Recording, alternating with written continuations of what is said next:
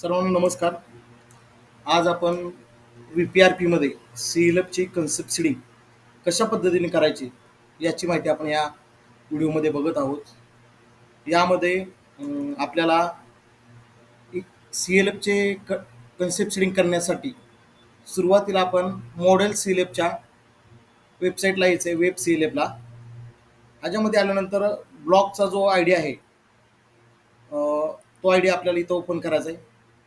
तो I D open केल्यानंतर तुम्हाला अशी स्क्रीन समोर दिसेल. यामध्ये युजर मॅनेजमेंट जे हेड आहे त्या हेडवर क्लिक करायचं आहे.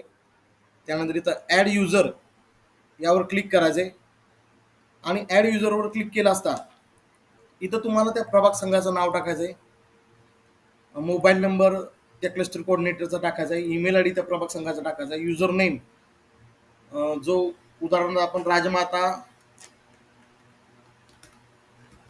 सी-एल-एफ असा युजर नेम दिलेला आहे. तर तुम्ही इथं तुमच्या सी-एल-एफचं जे नाव असेल ते तुम्ही इथं टाकू शकताय. त्यानंतर तुम्हाला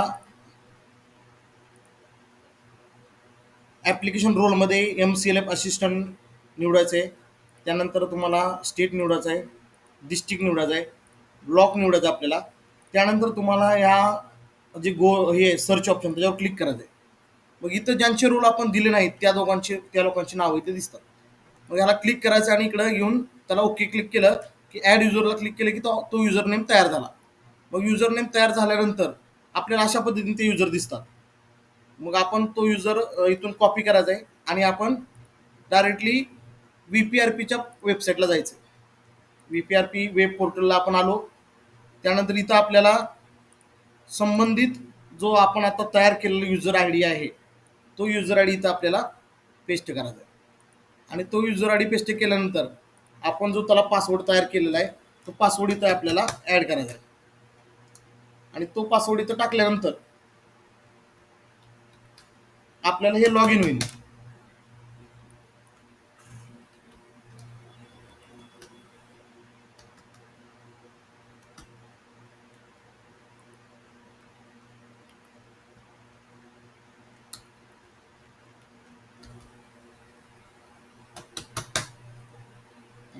अशा पद्धतीने लॉग इन झाल्यानंतर व्ही-पी-आर-पी युजर पोर्टलला क्लिक करायचं आहे.